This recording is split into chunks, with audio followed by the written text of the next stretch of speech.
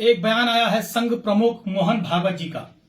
यह अखबार की कटिंग, अखबार के पन्ने हमारे हाथ में हैं, जिसमें छपा है कि ऊंच नीच की श्रेणी भगवान ने नहीं, पंडितों ने बनाई। भागवत जाति भगवान ने नहीं, पंडितों ने बनाई। मोहन भागवत। लगता है लोकसभा का चुनाव नजदीक आ गया है, और जब लोकसभा का चुनाव नजदीक आ गया है तो जातीय समीकरण सेट करने के लिए जो भारतीय जनता पार्टी पूरे देश में चुनाव हारने जा रही है, जो एक माहौल बन चुका है भारतीय जनता पार्टी के खिलाफ, दोबारा जातियों की राजनीति को सेट करने के लिए मोहन भागवत जी ने अपना बयान जारी कर दिया। मोहन भागवत जी संघ प्रमुख हैं। आज उनको चिंता हो रही है दलित और पिछड़ों की। मेरा सवाल है, आज वो जिस जाति से आते हैं, अगर उस जाति के ना होते तो शायद आज जिस कुर्सी पर है उस कुर्सी पर भी ना होते। मुझे जहां तक जितनी मेरी जानकारी है, अभी तक संघ के जितने भी प्रमुख हुए हैं, कोई भी दलित या पिछड़े वर्ग से नहीं आया। मैं मोहन भागवत जी से मांग कर रहा हूं कि जब आप अपनी कुर्सी छोड़िए तो इस बार किसी दलित और पिछड़े वर्ग के आदमी को अपनी कुर्सी को दीजिए, क्योंकि उत्तर प्रदेश में और इस देश में जहां जहां आपकी सरकारें हैं, मैं उत्तर प्रदेश की बात कर लूं, 6 साल होने जा रहा है भारतीय जनता पार्टी की सरकार को। कितना अत्याचार हुआ दलित और पिछड़ों पर, कितने मारे गए दलित पिछड़े, फर्जी मुकदमे में जेल गए, एनकाउंटर हुआ। आपको दलित और पिछड़ों की याद नहीं आई।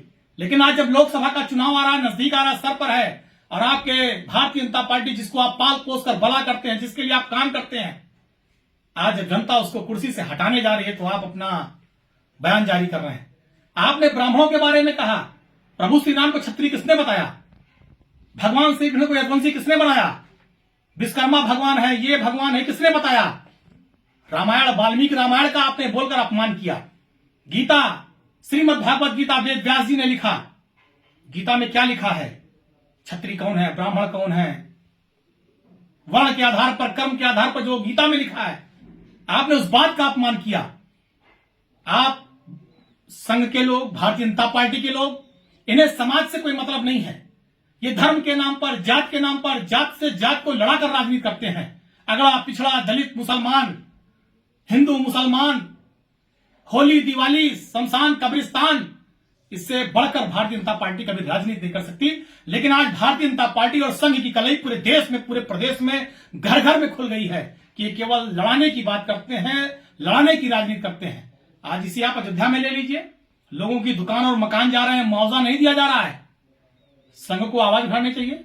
दलित और पिछड़े वर्ग के लोग, ब्राह्मण समाज, सबके मकान दुकान जा रहा है।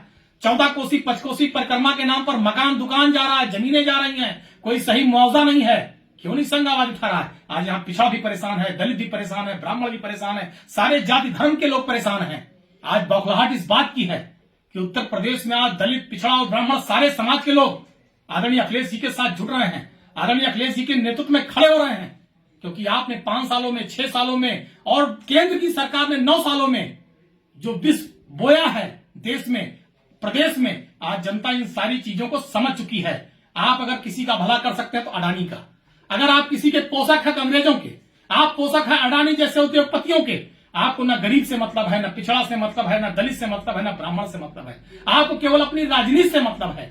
आप केवल अपनी सरकार बनाने के लिए जात को जात से, भाई को भाई से, समाज को समाज से लड़ा सकते हैं। इसलिए मैं कहना चाहता हूं, आज समाज आपके इन बातों को समझ चुका है, और खास तौर से ब्राह्मण समाज जो आपने बयान दिया है, इसको भी अच्छी तरीके से समझ चुका है। और आने वाले 24 के चुनाव में इसका परिणाम आपको देखने को मिलेगा। मैं तो इस बात को बहुत ईमानदारी से कह रहा हूं, अयोध्या की धरती से, कि चाहे ब्राह्मण हो, चाहे दलित हो, चाहे पिछड़ा हो, चाहे गरीब व्यक्ति हो, चाहे अमीर व्यक्ति हो, आज भारतीय जनता पार्टी की राजनीति को, भारतीय जनता पार्टी की लड़ाने की राजनीति को, उसकी साजिश को सारे लोग समझ चुके हैं। और आने वाले समय में आपको गद्दी से हटाकर इस देश को मजबूत करने का काम, अखंड भारत बनाने का काम, इस देश को विकास के रास्ते पर ले जाने का काम करेंगे।